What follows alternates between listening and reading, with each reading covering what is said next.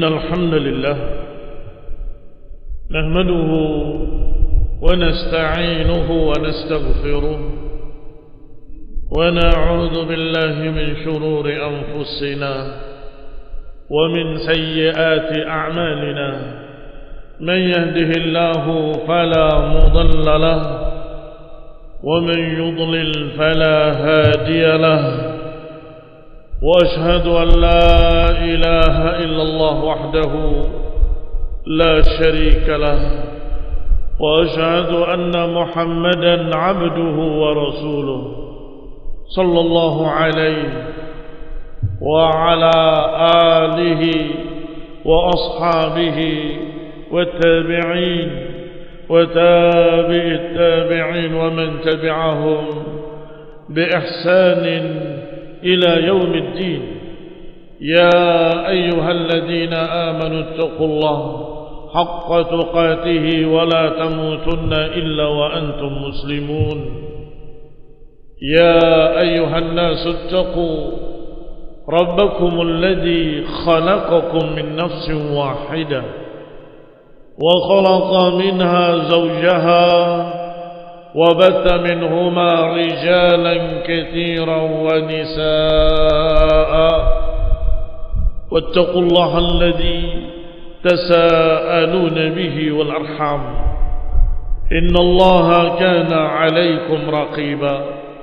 يا أيها الذين آمنوا اتقوا الله وقولوا قولا سديدا يصلح لكم أعمالكم ويغفر لكم ذنوبكم ومن يطع الله ورسوله فقد فاز فوزا عظيما. أما بعد فإن خير الحديث كتاب الله وخير الهدي هدي محمد صلى الله عليه وعلى آله وسلم وشر الأمور محدثاتها فإن كل محدثة بدعة وكل بدعة ضلالة وكل ضلالة في النار. kaum muslimin sidang Jumat rahimani wa rahimakumullah.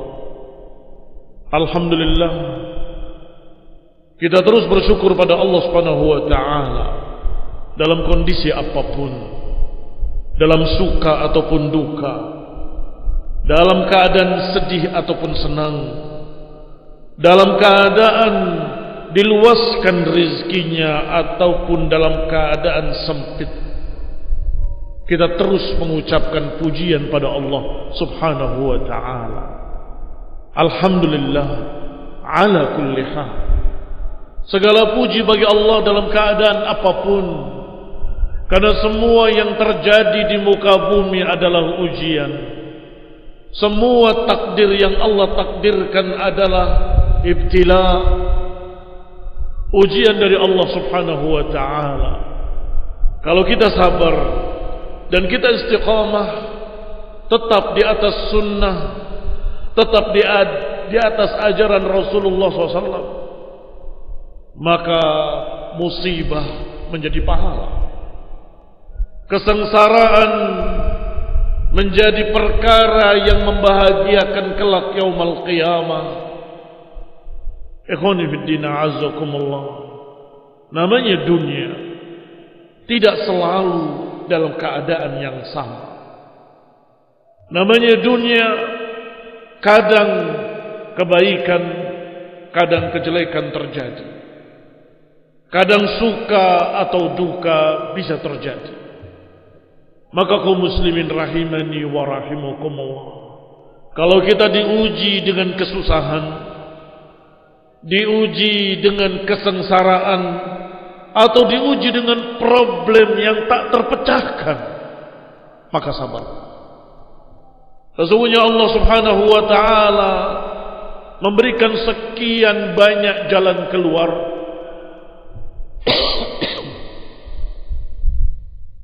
hati yang gelisah, hati yang susah, hati yang gundah gulana, jangan membawa kita kepada selain sunnah. Jangan membawa kita pada selain agama, selain zikrullah. Karena Allah Subhanahu wa taala berfirman, "Alladzina amanu wa tatma'innu qulubuhum bi dzikrillah." Ala bi dzikrillah tatma'innul qulub. Orang-orang yang beriman adalah orang-orang yang hatinya tentram dengan zikrullah. Ala bi dzikrillah tatma'innul qulub. Ketahuilah, hanya dengan mengingat Allah hati menjadi tentram. Ikhwani fillah azakumullah. Sadaqallah, maha benar Allah. Hanya dengan zikrullah, hanya dengan mengingat Allah dan apa yang Allah janjikan yaumul qiyamah, hanya dengan zikrullah dan mengingat apa yang Allah janjikan dari pahala yang besar dan jannah yang kekal di dalamnya selama-lamanya, kebahagiaan yang abadi yang tak pernah berhenti. Niscaya seluruh musibah apapun di dunia tidak terasa. Sebesar apapun rasa sakit, kita akan kecil kalau dibandingkan dengan kekekalan di dalam surga selama-lamanya. Ikhwani fillah a'azzakumullah, kaum muslimin rahimani wa rahimakumullah. Allah juga berfirman, "Alladzina amanu wa 'amilus salihati tuba lahum wa husna ma'ab." Orang-orang yang beriman dan beramal saleh, niscaya mereka akan mendapatkan tuba di dalam jannah. Pohon yang naungannya ditempuh 100 tahun perjalanan tidak selesai. Pohon di dalam jannah yang Allah persiapkan untuk penduduk surga. Itu satu makna. Dan tuba juga memiliki makna yang lain yang tidak bertentangan, yaitu kebahagiaan, kegembiraan di dalam jannah. Wa husna ma'ab, tempat kembali yang sangat baik bagi orang-orang yang beriman.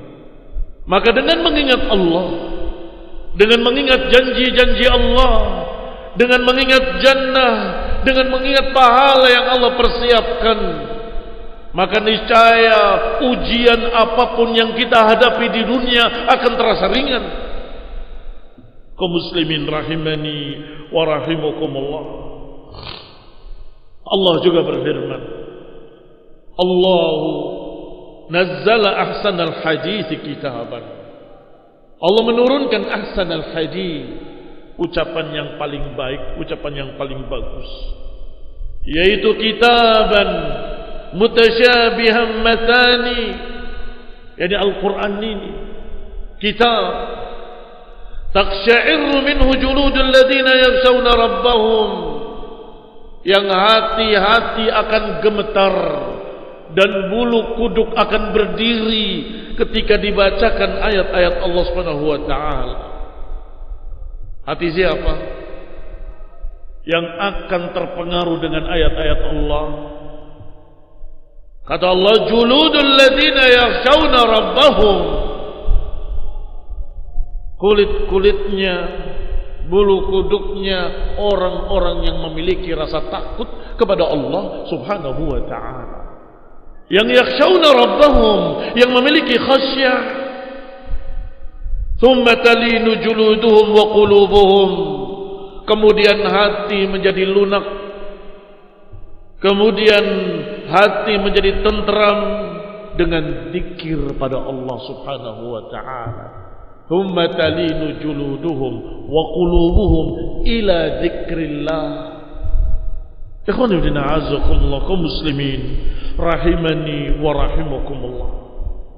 Kata Ibnu Qayyim rahimahullah, obat akan mujarab bukan hanya pada unsur obatnya. Obat akan mujarab juga kalau orangnya cocok dengan obat tersebut. Sehingga Al-Quran adalah jelas obat. Allah sebutkan dalam beberapa ayat, syifa'un linnas, penyembuh bagi manusia. Tetapi apakah orangnya cocok dengan ayat Al-Quran? atau tidak. Sama seperti obat yang manjur mujarab, tetapi kalau pasiennya ada alergi terhadap obat tersebut, ya nggak bisa. Kalau orangnya munafik, tidak punya iman, munafik alias ragu terhadap Allah dan Rasulnya, bagaimana mungkin bisa diruqyah? Bagaimana mungkin bisa diobati dengan ayat-ayat Allah Subhanahu wa taala? Dia bacakan ayat Allah, hatinya bukan menjadi tentram, hatinya menjadi marah. Kamu baca apa? Ngapain baca di sini? Dan seterusnya, dan seterusnya. Maka Allah katakan bahwa mereka yang sembuh hatinya, tentram hatinya dengan zikrullah, alladzina yakhshawna rabbahum, orang-orang yang memiliki khasyah di dalam hatinya. La yaq'ud qaumun yadhkuruna Allah, tidaklah duduk-duduk satu kaum berzikir kepada Allah, membacakan ayat-ayat Allah Azza wa Jalla, mempelajari Al-Quran, illa haffathumul malaikah, kecuali malaikat-malaikat akan menaunginya. Satu, malaikat-malaikat berkerumun menaunginya.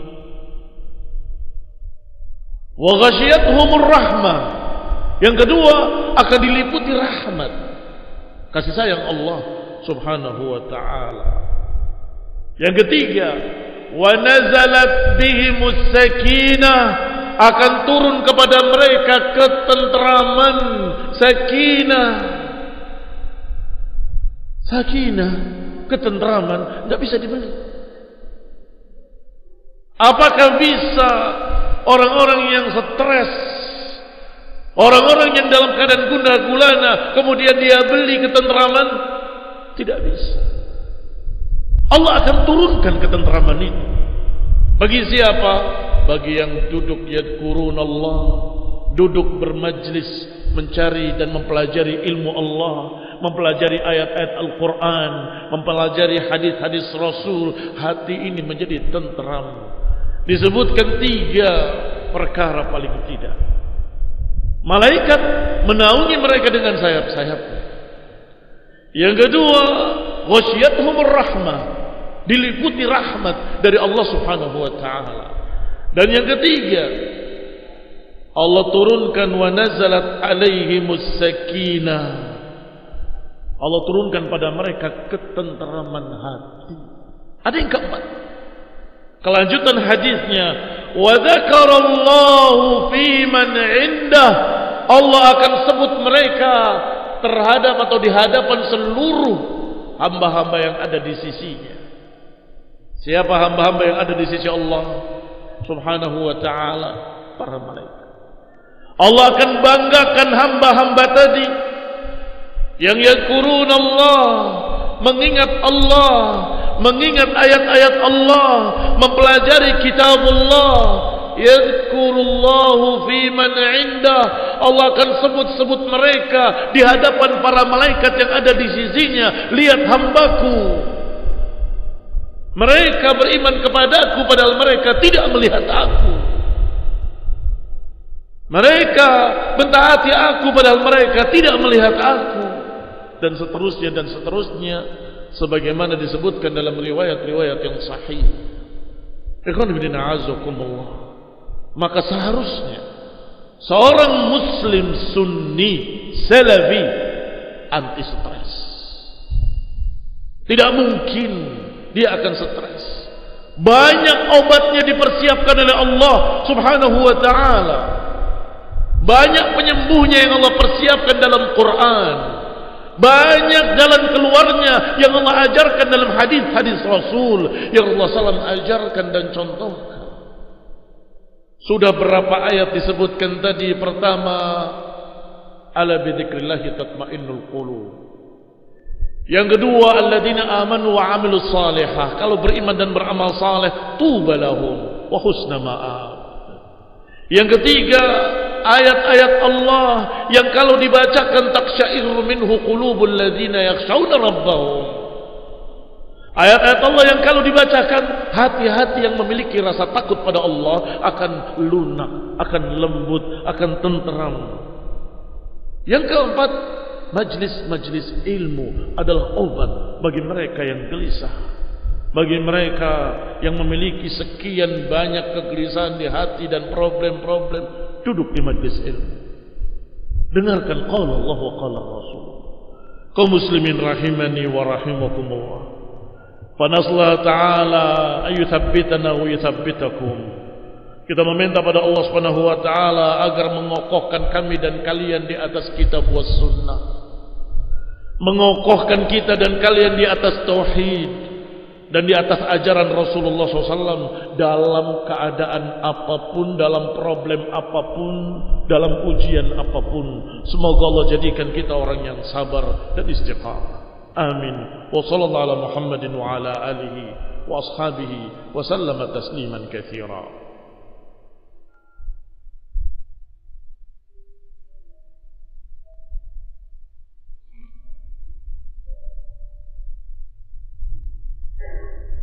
Alhamdulillah, alhamdulillahilladzi hadana lihada wa ma kunna linahtadiya laula an hadana Allah. Ibadallah, kaum muslimin sidang Jumat rahimani wa rahimakumullah. Para ulama seperti Ibnu Qayyim rahimahullahu taala menyatakan bahwa yang paling nikmat di akhirat nanti adalah memandang wajah Allah Subhanahu wa ta'ala. Dan yang paling nikmat di bumi adalah zikrullah, mengingat Allah Subhanahu wa ta'ala. Sehingga ba'du salaf mereka berkata, masakin wa ahli dunya kharaju minad dunya wa madaqu atyaba ma fiha. Kasihan sebagian ahli dunia masakin, miskin dengan makna perlu dikasihani. Masakinu ahli dunia, sebagian ahli dunia masakin, kharaju minad dunya, keluar dari dunia dalam keadaan belum merasakan yang paling lezat di dunia, belum merasakan atyab ma fiha. Atyab ma fiha, yang paling lezat di dalamnya, yaitu zikrullah. La ya'rifuha illa man daqaha. Enggak akan bisa memahaminya kecuali orang-orang yang pernah merasakannya. Dia akan merasakan ketentraman, ketenangan dalam keadaan apapun. Tidak berkait dengan harta yang dia miliki, tidak berkait dengan makanan yang dia hadapi, tidak berkait dengan orang yang didampingi atau yang di sebelahnya. Tidak ada kait dengan itu semua. Dalam keadaan apapun, hatinya memiliki kenikmatan yang lezat. Berkata beberapa ulama, aku pernah merasakan satu saat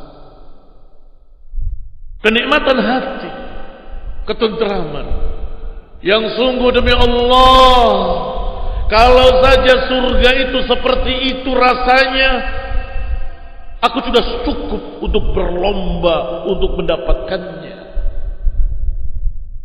Ikhwan fillah a'azzakumullah, kaum muslimin rahimani wa rahimakumullah. Maka yang kelima disebutkan di dalam ucapan para ulama bahwa al-iman billah war-ridha, keimanan kepada Allah dan keridhaan Allah sebagai Rabbnya, itu juga sama perangkat yang menenteramkan hati. Disebutkan dalam hadis yang dikeluarkan oleh Imam Bukhari rahimahullah, "Daqa ta'mal iman man radiya billahi rabban wa bil islami dinan wa bi Muhammadin nabiyya." Akan merasakan lezatnya iman orang yang ridha Allah sebagai Rabbnya dan ridha Islam sebagai agamanya dan ridha Nabi Muhammad alaihi salatu wassalam sebagai nabinya. Siapa yang ridha Allah sebagai Rabbnya, Siapa yang ridha Islam sebagai agamanya, dan siapa yang ridha Nabi Muhammad alaihi salatu wassalam sebagai nabinya, panutannya, maka daqa ta'mal iman. Dia akan merasakan iman itu lezat. Dia akan merasakan atyabu ma fiha. Dia akan merasakan yang paling lezat di dunia, yang enggak bisa dibandingkan dengan apapun. Ikhwan fillah azakumullah, pernah dibahas ucapan Ibnu Qayyim secara makna bahwa nikmat hissi dengan nikmat qalbi adalah lebih tinggi nikmat qalbi. Apa buktinya? Buktinya silahkan. Makanan yang paling lezat, minuman yang paling lezat, apapun yang ada di hadapannya yang paling lezat, kalau hatinya tidak tentram, dia nggak bisa makan. Kalau hatinya tidak tenang alias stres, dia nggak akan bisa merasakan kelezatan makanan apapun. Dia akan tidak bisa merasakan kenikmatan minuman apapun. Bahkan dikatakan nggak akan bisa merasakan kenikmatan di ranjang-ranjang mereka.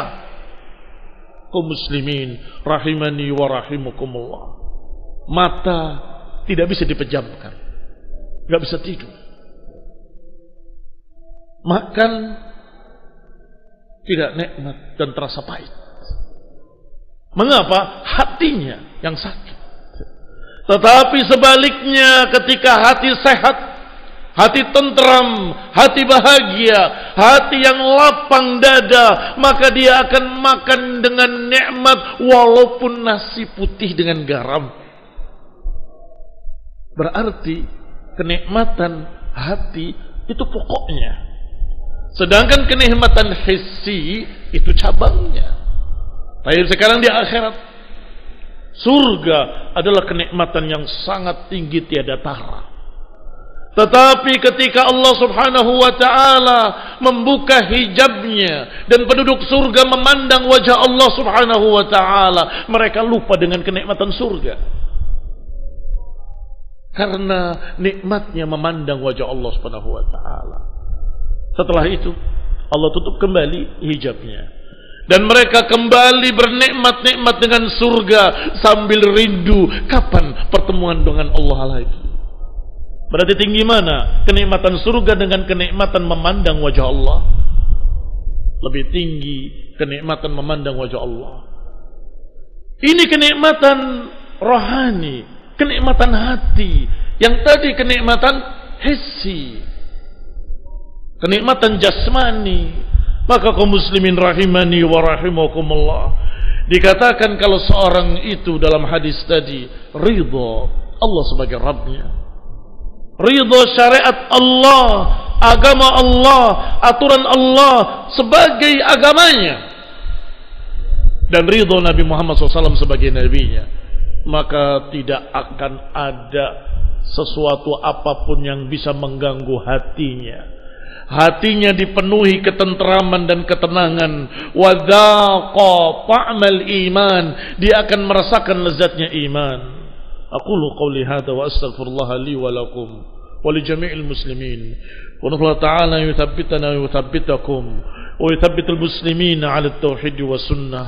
Wa nas'alullaha ta'ala al-husnal khatimah ونعوذ بالله من سوء الخاتمة. اللهم نسألك رضاك ونعوذ بك من سخطك وغضبك وتوفنا مع الأبرار. اللهم ربنا آتنا في الدنيا حسنة وفي الآخرة حسنة وقنا عذاب النار. اللهم صل على محمد وعلى آل محمد كما صليت على آل إبراهيم إنك حميد مجيد. وبارك على محمد وعلى آل محمد كما باركت على آل إبراهيم إنك حميد مجيد. Assalamualaikum warahmatullahi wabarakatuh.